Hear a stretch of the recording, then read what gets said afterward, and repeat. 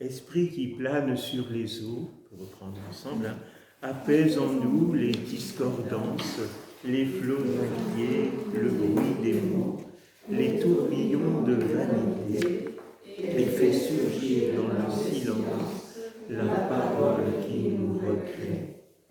Esprit de feu, toujours caché, jusqu'aux racines par ta flamme, viens consumer en nous livrer. Aux profondeurs de notre vie, viens enfoncer comme une lame la parole qui sanctifie. Esprit qui souffle en un soupir à notre esprit le nom du Père, viens rassembler tous nos désirs, fais-les monter en un faisceau qui soit réponse à la lumière, la parole du jour nouveau. Esprit de Dieu, sève d'amour, de l'arbre immense où tu nous greffes, que tous nos frères alentours nous apparaissent comme un don dans le grand corps en qui s'achève la parole de communion. Esprit de Dieu, souffle de vie, Esprit de Dieu, souffle de feu, Esprit de Dieu, consolateur, tu nous sanctifies. Alors, Johanna n'est pas punie, hein, rassurez-vous. Un peu. Et nous sommes heureux aussi d'accueillir ce matin Elisabeth Rimbert, que vous connaissez peut-être pour la plupart, non ? Oui. Non, pas tout. Tu dis un petit mot, Elisabeth, de ce que tu veux dire. Elisabeth, moi, je l'ai connue à Condec, puisqu'elle habite elle habitait Berck-Plage. Voilà, Berck-Plage, c'est près de Condec, près d'Ardelot, le Touquet, là où je suis. Elisabeth était infirmière, elle a été longtemps en Afrique. Et puis elle venait comme ça à la maison des Tourelles pour un service d'accueil. Voilà, c'est toujours intéressant et important aussi de vivre ce beau service.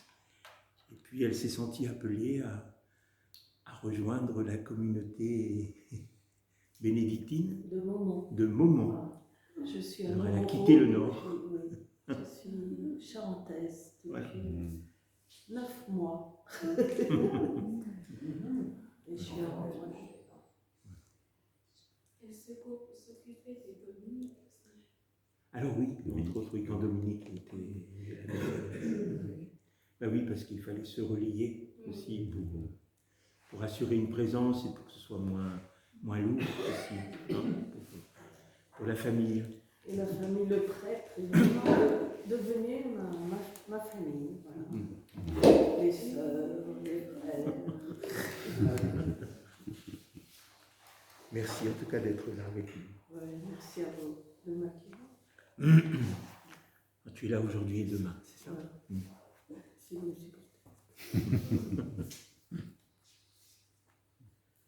À propos de l'Esprit Saint, le pape François disait « L'Esprit Saint est le grand oublié de nos prières. Pourtant, c'est lui qui incendie le cœur. C'est lui qui nous transforme. Il est Dieu actif en nous. Il est Dieu actif en nous. » Voilà. L'Esprit Saint. Et je partage aussi une pensée de Saint Maximilien Kolbe, avant d'entrer dans le sujet d'aujourd'hui. Que faut-il faire pour vaincre la faiblesse de l'âme? Il y a 2 moyens pour cela, la prière et le détachement de soi. Le Seigneur Jésus nous recommande de veiller. Il faut veiller si nous voulons que notre cœur soit pur, mais il faut veiller dans la paix pour que notre cœur soit touché. Car il peut être touché par des choses bonnes ou par des choses mauvaises, intérieurement ou extérieurement. Donc il faut bien veiller. Ordinairement, l'inspiration de Dieu est une grâce discrète.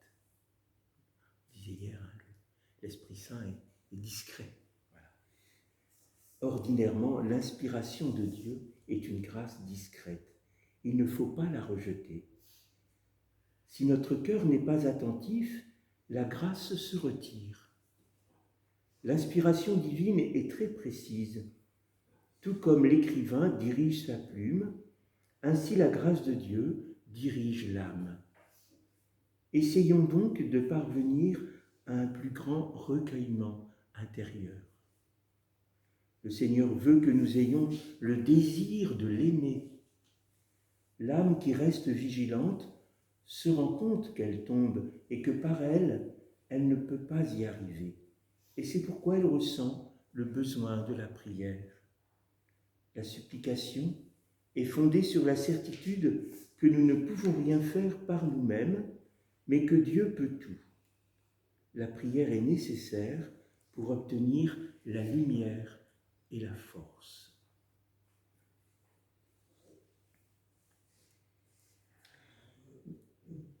Donc une invitation à garder notre cœur attentif. Rappelez-vous, c'est un mot qu'on a déjà utilisé au début de retraite. Voilà. Simone Veil disait que l'attention, un cœur attentif. L'attention à Dieu, c'est un des mots aussi qu'aimait beaucoup le pape Saint Jean XXIII. L'attention à Dieu.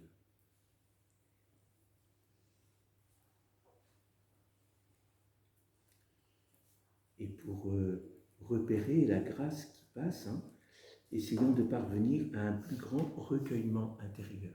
Voilà, c'est aussi l'objet d'une retraite, bien sûr. Voilà.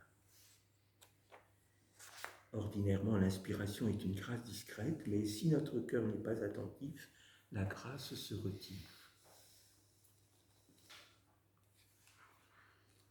Avant d'entrer dans le sujet d'aujourd'hui, Christophe me demandait hier où nous parlions des dons de l'esprit, et puis il me dit, mais est-ce que tu peux dire un petit mot sur les fruits de l'esprit?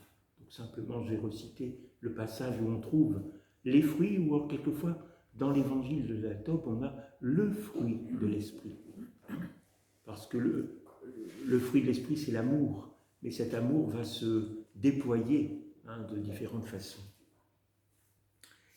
Alors vous pourrez trouver ça dans l'Épître aux Galates, au chapitre 5, les versets 22 et 23. Mais je ne veux pas vous priver de vous rappeler ce qu'est le fruit de l'esprit, ou ce que sont les dons des fruits de l'esprit. Donc c'est l'amour, la joie, la paix, la patience, la bonté, la bienveillance et la foi. Donc, si vous comptez, il y en a 7. L'amour, la joie, la paix, la patience, la bonté, la bienveillance et la foi. Les fruits ou le fruit de l'esprit. Et Saint Paul ajoute la douceur et la maîtrise de soi. Dans la liste qu'il donne, souvent on retient les 7 premiers, mais il ajoute aussi la douceur et la maîtrise de soi.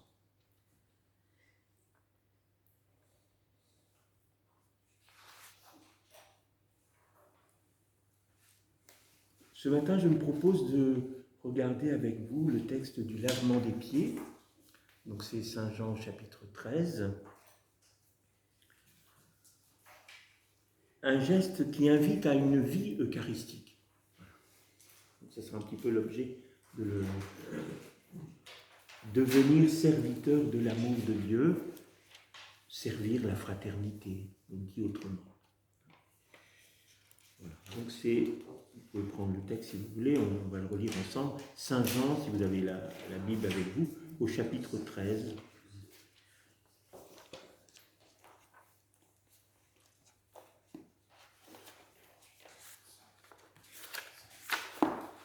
On lira les 20 premiers versets. Je donne le plan un petit peu de l'exposé, des fois ça te permettra de... C'est simplement pour... J'ai distingué 6 points dans le petit exposé. Voilà, donc pourquoi les pieds? Ce sera la première chose, pourquoi les pieds? Jésus aurait pu laver les mains, ou je ne sais pas, vous laver la tête. Pourquoi a-t-il lavé les pieds? Deuxième chose, des petits points comme ça, bon, c'est l'enracinement dans la Pâque juive. En même temps, c'est le repas qui rappelle la Pâque, donc c'est la Pâque juive. Donc c'est le rappel de la Pâque juive.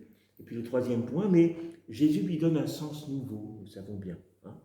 Le dernier repas inaugure un temps nouveau pour l'Église que nous sommes. Donc cette nouveauté, elle est aussi pour nous. Et l'Eucharistie fait de nous des êtres nouveaux. C'est ce que voudrait ainsi. Ensuite, on regardera bien sûr le sens du lavement des pieds. Quand Jésus dit « Ce que j'ai fait, faites-le vous aussi ». Qu'est-ce que ça veut dire?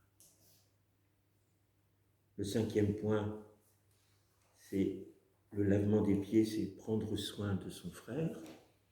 Et le sixième point, le lavement des pieds comme une béatitude. Voilà. Comme ça, vous aurez un petit peu le plan.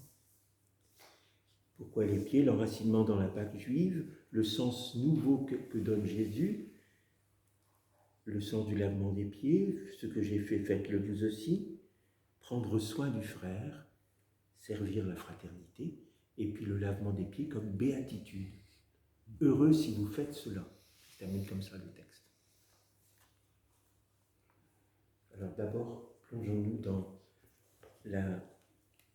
accueillons la parole de Dieu. Saint Jean chapitre 13. Avant la fête de la Pâque, Jésus, sachant que son heure était venue, l'heure de passer de ce monde à son Père, lui qui avait aimé les siens qui sont dans le monde, il les aima jusqu'à l'extrême. Au cours d'un repas, alors que déjà le diable avait jeté au cœur de Judas Iscariote, fils de Simon, la pensée de le livrer, sachant que le Père a remis toutes choses entre ses mains, qu'il est sorti de Dieu et qu'il va vers Dieu, Jésus se lève de table, dépose son manteau et prend un linge dont il se ceint. Il verse ensuite de l'eau dans un bassin et commence à laver les pieds de ses disciples et à les essuyer avec le linge dont il était ceint. Il arrive ainsi à Simon-Pierre qui lui dit « Toi, Seigneur, me laver les pieds ?»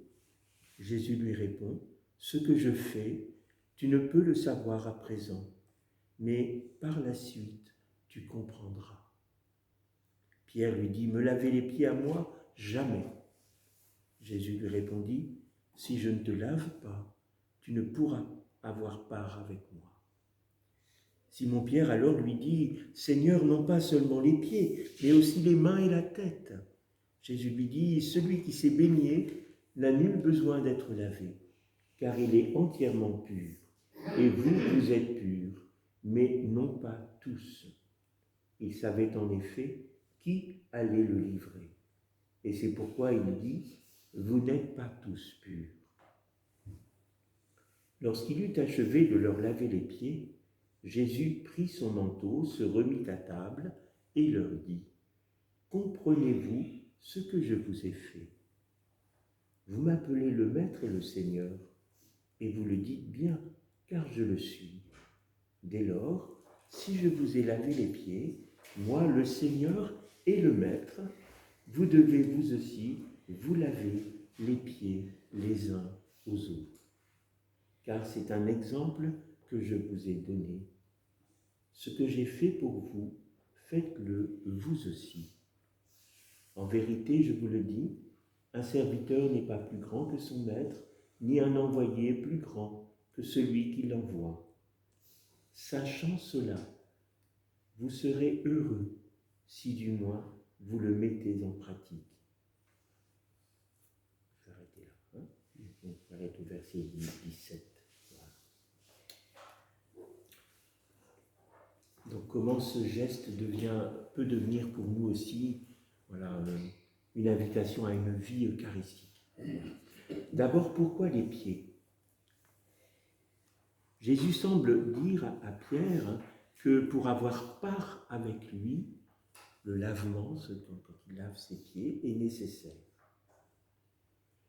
Pourquoi les pieds? S'agit-il seulement d'un geste ou d'un rite de purification? Dans l'histoire de la foi, les pieds renvoient toujours à la symbolique de la marche.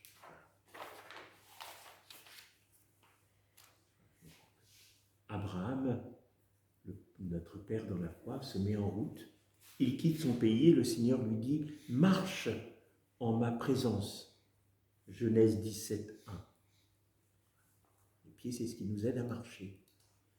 Moïse va accompagner, lancer et accompagner le peuple à travers le désert, l'Exode. Ce sera une grande marche dans le désert. Élie marche 40 jours et 40 nuits, nous est-il dit dans le premier livre des rois, au chapitre 19. Jésus, quand il appelle, souvent il dit « Suis-moi, marche derrière moi ». Tout à l'heure, nous entendrons dans la première lecture qui nous est proposée aujourd'hui, c'est Philippe qui va rejoindre l'Éthiopien, le haut fonctionnaire éthiopien. Et bien, il a d'abord la visite de l'ange du Seigneur qui lui dit va rejoindre, va voir ton frère, va rejoindre. Donc la foi, c'est souvent comme ça. C'est un déplacement aussi. La foi nous déplace quelque part, nous fait marcher. Donc l'homme qui marche, c'est le symbole du disciple. Le disciple, c'est celui qui va marcher à la suite du Christ. Le premier miracle des apôtres, en ce moment on est en train de lire les actes des apôtres, c'est le temps pascal, eh bien, si vous vous rappelez, c'est dans Acte 3, c'est la guérison d'un infirme à la Belle Porte. Vous pourrez relire ça, c'est dans Acte 3. D'or et d'argent, je n'ai rien, je n'ai pas, mais ce que j'ai, eh bien, je te le donne. Lève-toi et marche. Comme si justement la mission des chrétiens, c'était d'aider les gens, eh bien, de rendre les gens capables peut-être d'aller un peu plus loin, de faire un pas de plus. Voilà. Je crois que ce n'est pas anodin, sans doute, que la première guérison met en marche. Et symboliquement, dans la Bible, dans l'Évangile, dans la Bible, l'homme qui ne peut pas marcher, eh bien, c'est quelqu'un qui ne peut pas répondre à la vocation à laquelle le Seigneur l'appelle. Quelqu'un qui ne peut pas suivre. Et quelque part, la non-marche, c'est notre paralysie. Quand on est paralysé, c'est notre lèpre, si vous voulez, notre paralysie, qui nous empêche précisément de devenir disciples, de suivre le Christ.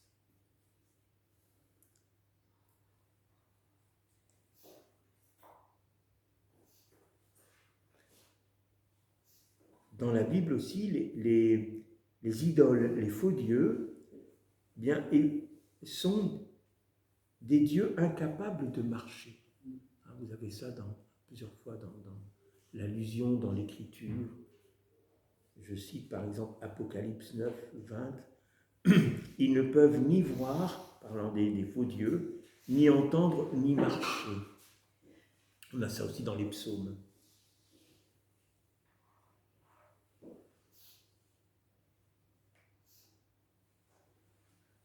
Et dans les enluminures anciennes, eh bien, celui qui est, je parle des pieds, hein, celui qui est nu-pied est dans une attitude spirituelle. Pensez à Moïse, hein, quand il arrive au buisson ardent, Dieu ordonne à Moïse de retirer ses sandales, car ici c'est une terre sacrée. Nos frères musulmans se déchaussent quand ils entrent dans une mosquée. N'est-ce pas, Denis?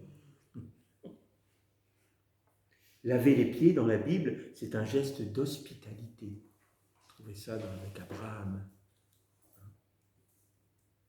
De même, il y a une image, hein, quand on dit clocher sur ses deux pieds, c'est être infidèle.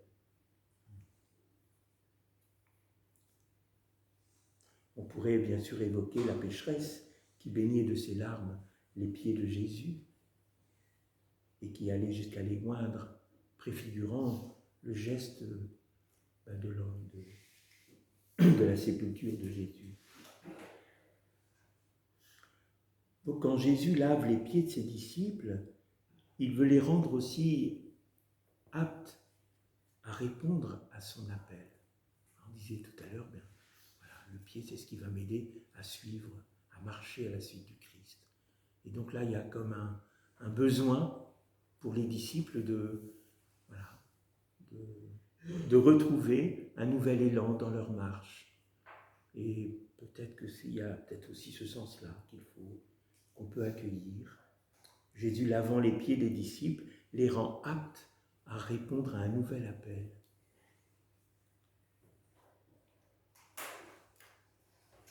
Et puis bien sûr, ici, mais on y reviendra, Jésus qui s'agenouille pour laver les pieds de ses disciples, c'est Dieu qui se fait serviteur, qui se met au pied de l'homme. Et donc on a un peu aussi là aussi un renversement avec les figures païennes des faux dieux qu'on plaçait très haut sur les socles. Voilà. Et ici, Dieu au contraire, c'est celui qui va s'agenouiller devant sa créature.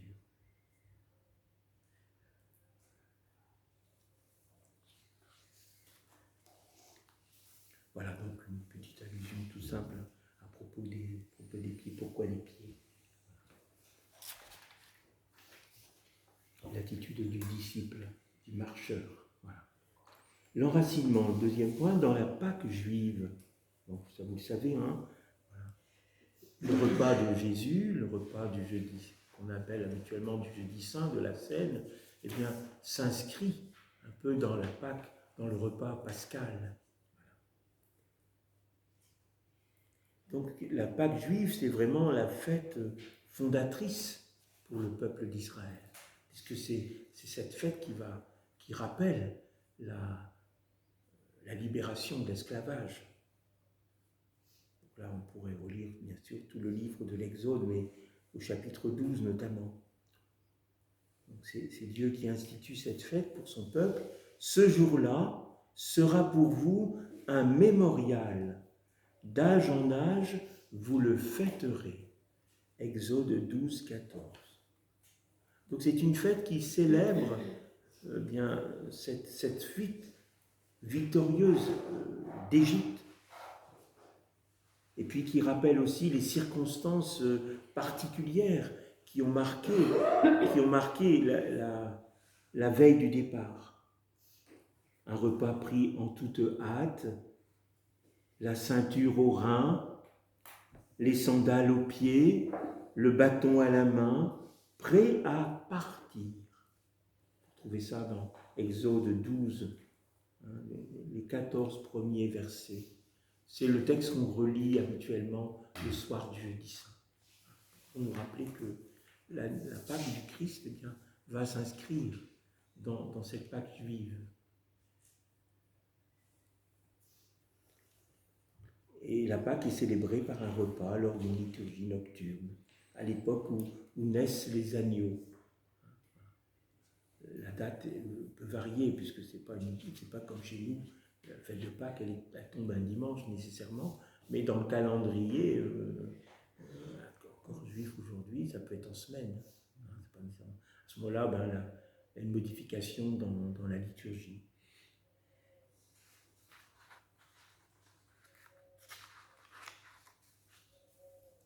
Donc le repas que ce soir-là, Jésus va, on va dire, présider, mais je ne sais pas comment. Hein.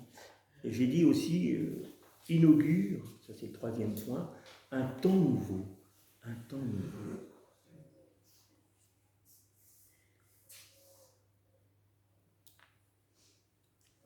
Déjà pour le peuple, hein, la première Pâque, on va dire la Pâque juive, était déjà quelque chose de neuf.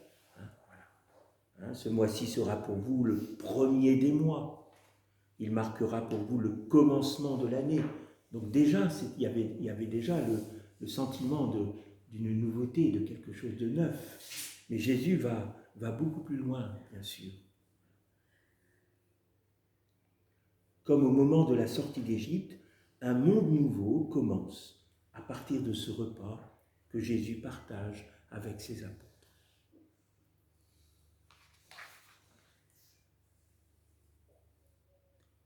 Ce repas des 12 avec Jésus,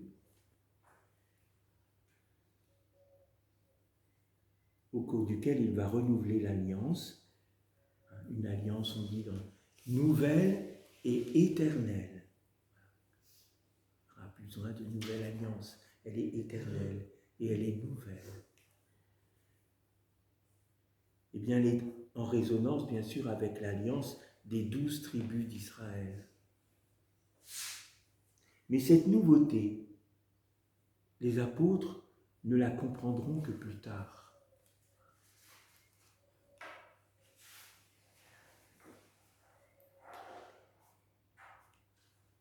Alors si nous l'appliquons à l'Eucharistie, j'ouvre une petite parenthèse, mais vous le savez, voyez que Saint Jean, par exemple, est le seul des quatre évangélistes à ne pas, retracer, redire le récit de l'institution, comme on dit quelquefois, hein, le récit du repas qu'on trouve en Luc, qu'on trouve en Matthieu et qu'on trouve en Marc.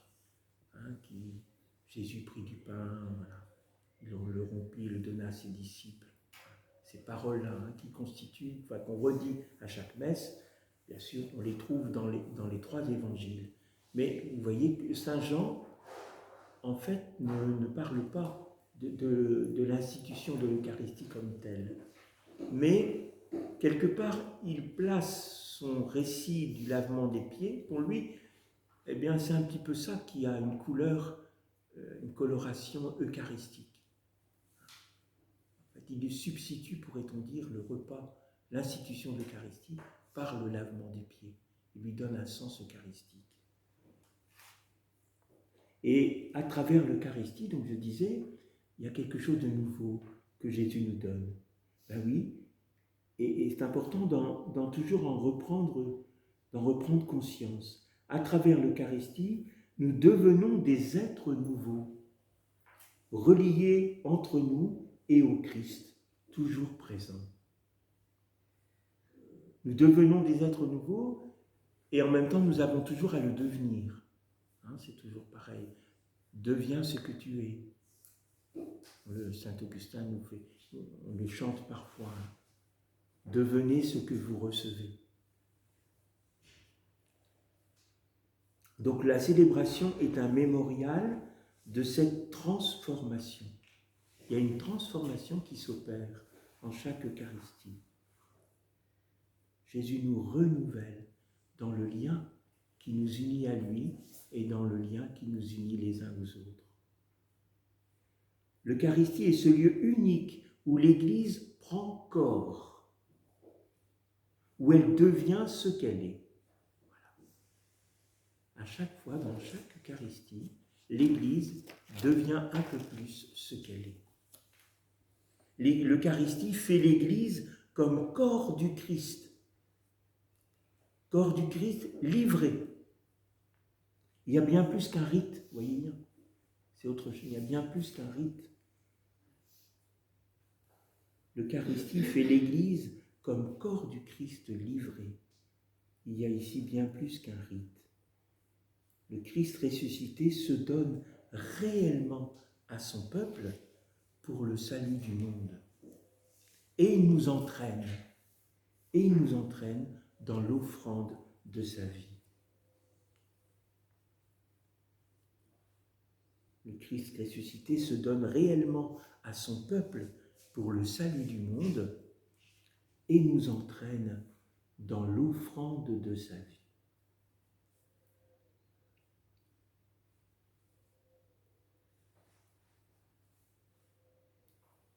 Voilà, le Christ nous constitue comme son corps vivant au cœur du monde, si vous voulez, dans chaque Eucharistie. Nous devenons le corps du Christ vivant au cœur du monde. C'est ce rassemblement, même si on n'est que quelques-uns, on verra cet après-midi, mais c'est ce rassemblement où tout est, pour reprendre des mots bibliques, tout est récapitulé, tout est offert, tout est transfiguré, reçu, transmis. Nous sommes son Église, nous devenons l'épouse qu'il s'est choisie pour vivre son alliance et partager sa vie. C'est des choses que nous savons, hein, mais c'est toujours bien quelquefois de le réentendre. Voilà. En chaque Eucharistie, l'Église, le Christ, recrée en quelque sorte son Église, la fait sienne. Voilà. Et nous devenons son corps vivant, livré pour le salut du monde, au cœur du monde. Quelque part, Jésus reprend l'histoire de l'Exode, mais il a réécrit. Il prend le pain et le vin, il y met sa propre histoire. Voilà, c'est moi. Comme si Jésus dirait, ah, c'est mon corps, c'est ça, c'est moi. C'est tout ce qu'il est.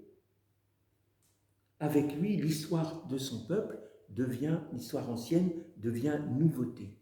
Et l'Eucharistie nous fait entrer dans un renouvellement. Notre vie peut prendre un sens nouveau. C'est ça que ça signifie. Voilà. Chaque Eucharistie, notre vie, peut prendre un sens nouveau. Si nous mêlons notre vie, si nous la mêlons à sa vie livrée, un peu, vous savez, comme on met l'eau dans le vin, dans le calice.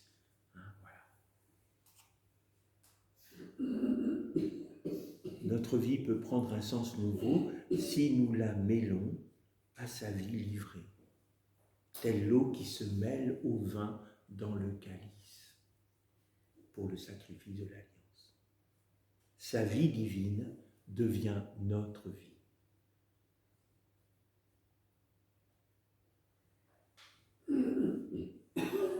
Alors on comprend que pour les disciples, pour les apôtres, bien, ça ils ne le comprendront que plus tard.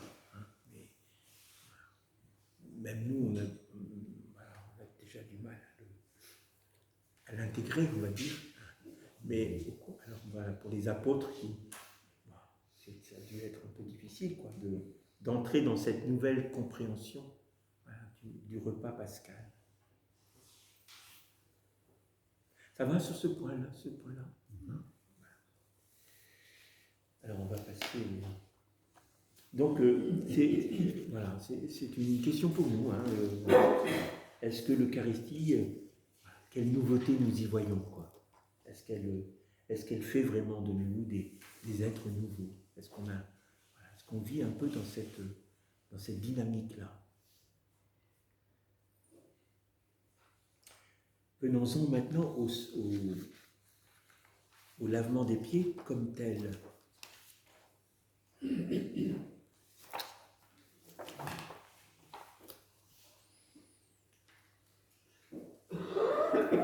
Donc ce lavement se situe au moment où Saint Jean dit l'heure, c'est l'heure. Avant la fête de la Pâque, sachant que son heure était venue.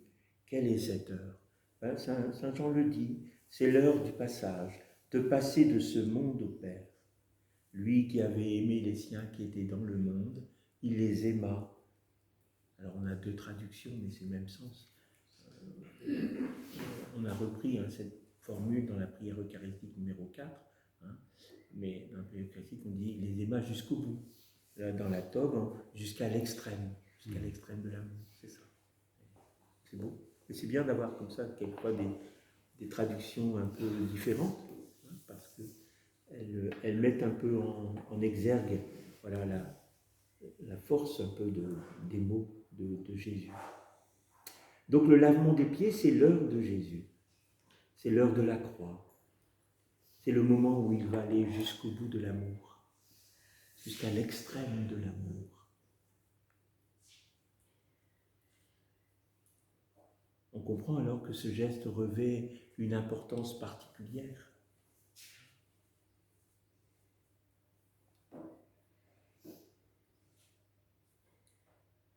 C'est un geste symbolique qui, d'une certaine façon, récapitule tout ce que Jésus a fait durant sa vie.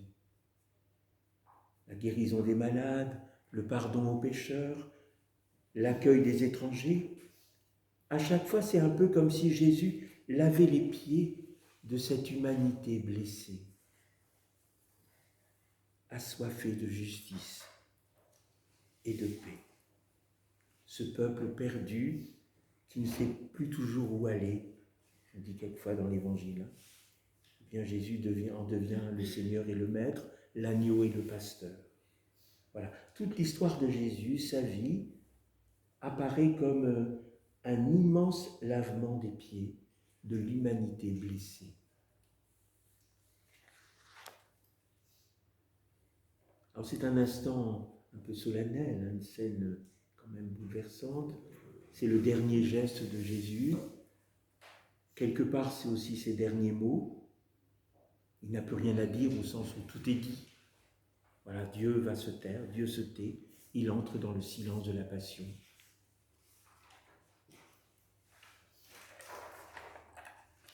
C'est un exemple que je vous ai donné afin que vous fassiez vous aussi comme je vous ai fait. Ce que j'ai fait pour vous, faites-le vous aussi.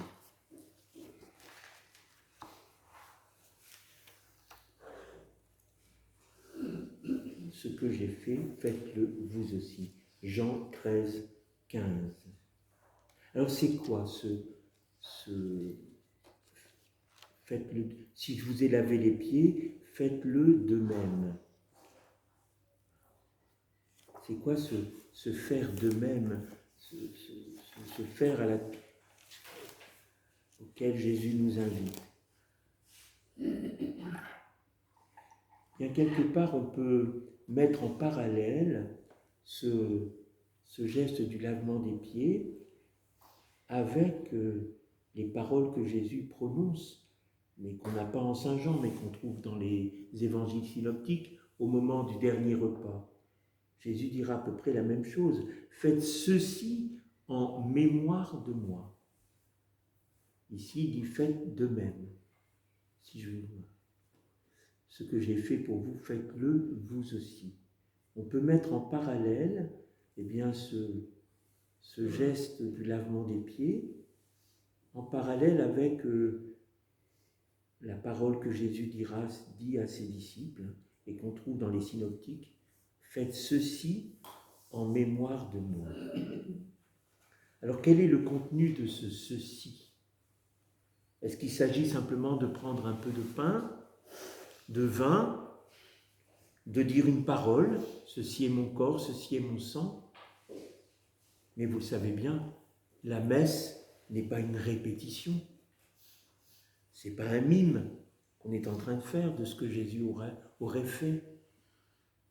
Alors ce dont il s'agit, quand Jésus dit « faites ceci en mémoire de moi », ce n'est pas simplement reproduire des gestes, mais c'est plutôt une invitation à vivre notre humanité, à vivre notre vie à la manière de Jésus, celle du serviteur.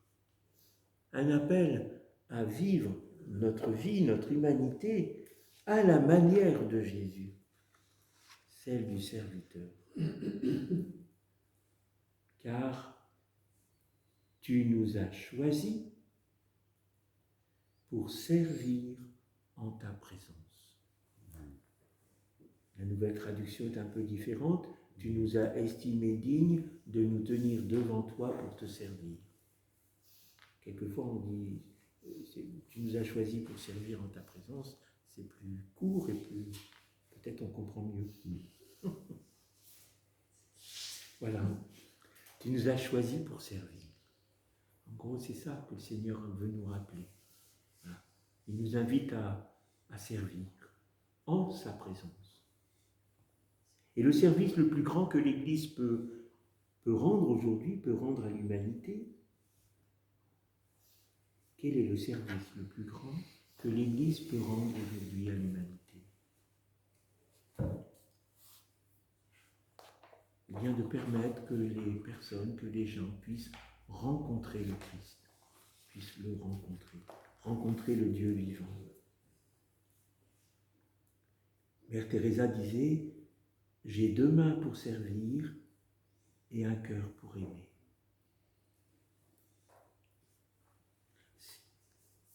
C'est quoi vivre en chrétien, la mission de l'Église? Autrefois, on l'a résumé en 3 mots, vivre, croire, célébrer. Jésus nous dira, soyez le sel de la terre, soyez la lumière du monde. Voilà, vivre, croire, célébrer. Il ne s'agit pas d'opposer servir et célébrer, mais c'est vivre le service comme une célébration.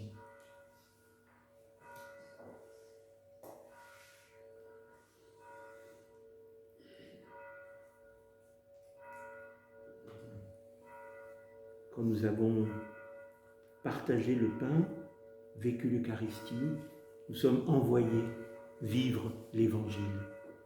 Dans les nouvelles traductions qui sont données maintenant, au lieu de dire « allez dans la paix du Christ », on peut dire aussi « allez vivre l'Évangile ». C'est beau, allez vivre l'Évangile. Le service va prolonger la célébration sacramentelle.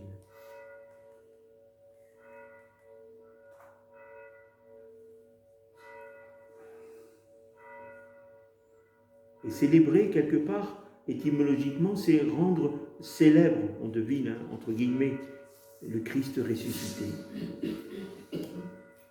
Célébrer, rendre célèbre le Christ ressuscité dans notre monde. Ça équivaut à que ton nom soit sanctifié.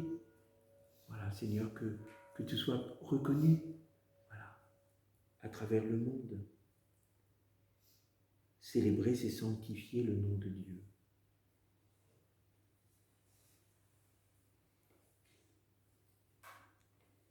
J'aime beaucoup la prière sur les offrandes le soir du jeudi saint.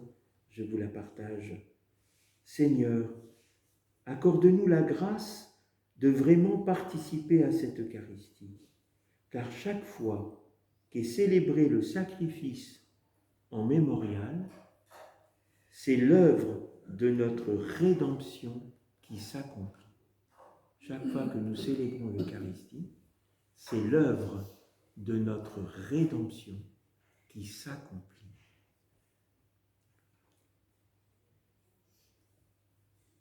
C'est l'œuvre de notre salut, de notre sanctification, on en parlera demain, qui s'accomplit chaque fois que nous célébrons l'Eucharistie. Nous sommes rendus contemporains de l'événement du salut vécu par le Christ.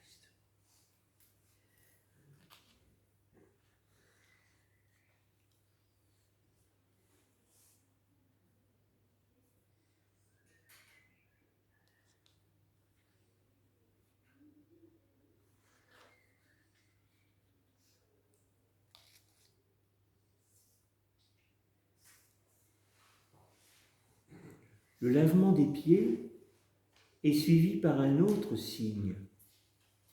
À la fin du repas, Jésus se lève de table à nouveau et il sort vers le jardin des Oliviers.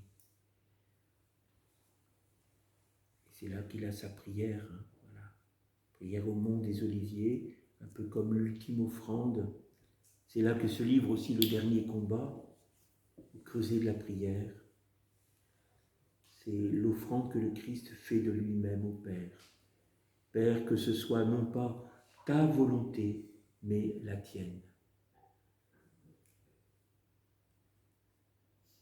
Autrement dit, ces deux signes qui nous sont donnés, celui du lavement des pieds, la prière d'offrande au mont des Oliviers, prolongent le repas de Jésus et leur donne, et lui donne tout son sens.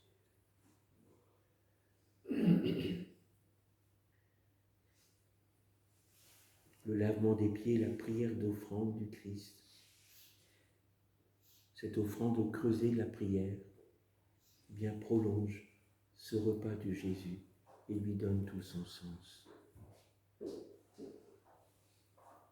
Il donne tout son sens aux paroles que Jésus a prononcées sur le pain et le vin. Faites ceci, bien c'est ça. Nous sommes renvoyés à cette manière de vivre notre humanité comme serviteurs et une manière d'être disciples dans l'offrande, dans l'action de grâce. Il y a là comme récapitulé, vous voyez, dans ce repas et dans ces deux gestes, faites ceci en mémoire de moi. Eh bien, servir la fraternité et ouvrir notre cœur à l'action de grâce. Devenir disciple dans l'action de grâce.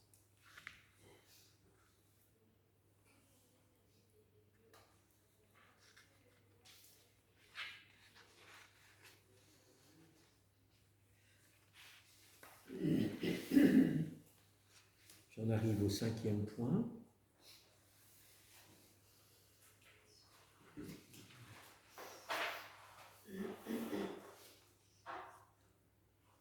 Que dit encore ce beau geste du lavement des pieds? Eh bien, il nous invite aussi à contempler l'humilité de Dieu. Il y a un chant qui dit comme ça, je ne sais plus. L'humilité de Dieu. Regardez l'humilité de Dieu. Jésus s'agenouille devant sa créature pour qu'elle soit transformée en lui.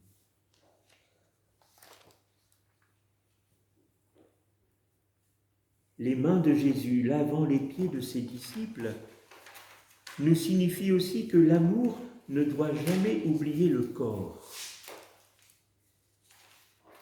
Voilà. Si Jésus touche les pieds de ses apôtres, il vient nous redire que l'amour ne doit jamais oublier le corps à tout moment de la vie, dans la fragilité de sa croissance, dans la douleur de la souffrance parfois, ou comme dans son vieillissement. Voilà. L'amour ne doit jamais oublier le corps, dans la fragilité de sa croissance, dans la douleur de sa souffrance ou de son vieillissement. Laver les pieds, c'est prendre soin de l'autre, de ce qui en l'homme est merveilleux et pourtant si vulnérable. Prendre soin de ce qui en l'homme est merveilleux, magnifique et pourtant en même temps si périssable et si vulnérable. Aimer du plus grand amour à l'école du Christ, c'est se faire le prochain de l'autre. Se soucier de sa vie charnelle, cette chair, parfois sale et poussiéreuse, comme les pieds de ceux qui marchent. Aimer du plus grand amour à l'école du Christ, c'est se faire le prochain de l'autre, se soucier de sa vie charnelle, cette chair qui est parfois douloureuse ou poussiéreuse, sale, mais comme les pieds de ceux qui marchent nécessairement.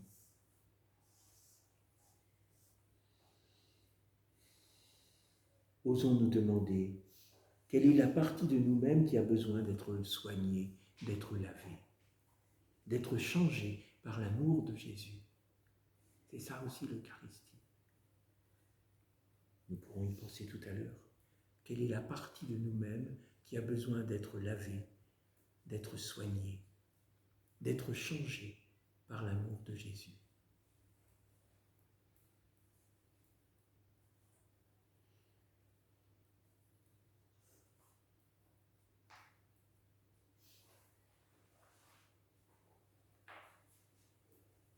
Je le redis encore, Jésus lave les pieds, il lave pas la tête. L'Eucharistie, c'est pas quelque chose de cérébral. C'est pas d'abord la tête, mais les pieds. L'Eucharistie, c'est l'Eucharistie des marcheurs qui veulent suivre Jésus.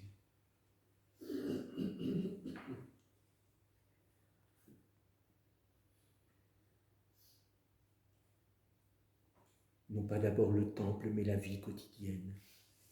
Non pas d'abord les gestes du culte, mais les gestes de service, de charité, d'amitié.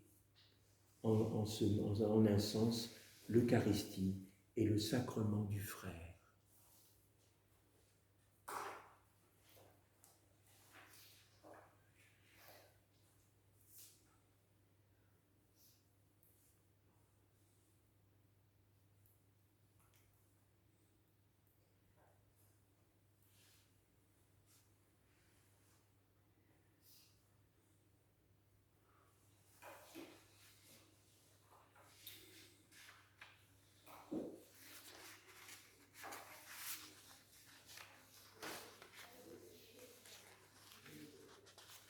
Le dernier point, le lavement des pieds comme béatitude.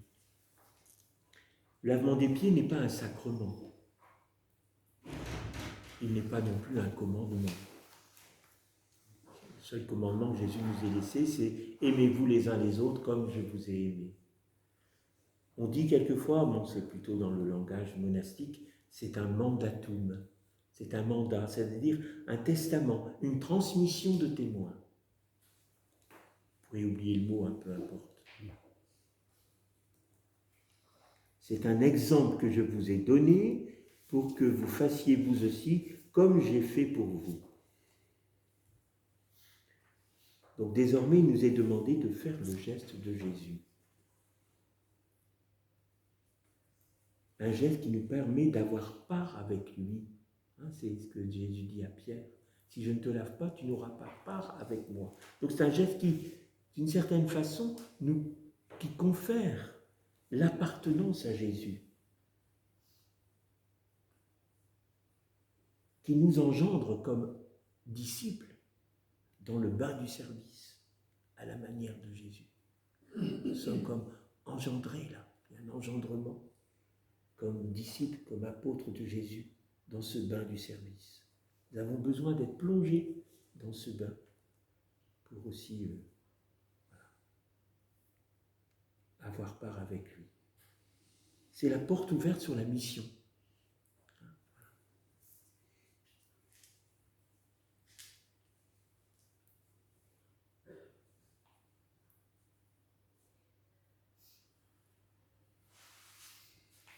Pour le salut de tous, l'Eucharistie sauve le monde. Il y a une des prières eucharistiques qui dit ça aussi. Donc la finalité de ce geste, c'est bien le salut du monde.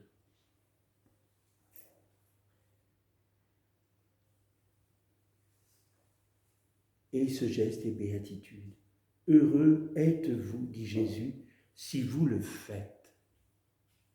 Non pas heureux si vous savez ces choses, non pas heureux si vous savez le faire, mais si vous le faites. Ce geste est béatitude. Heureux si vous le faites.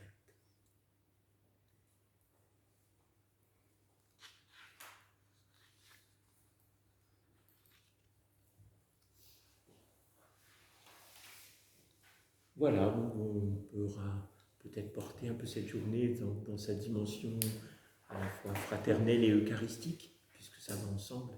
On peut reprendre un petit refrain pour terminer ce premier enseignement d'aujourd'hui.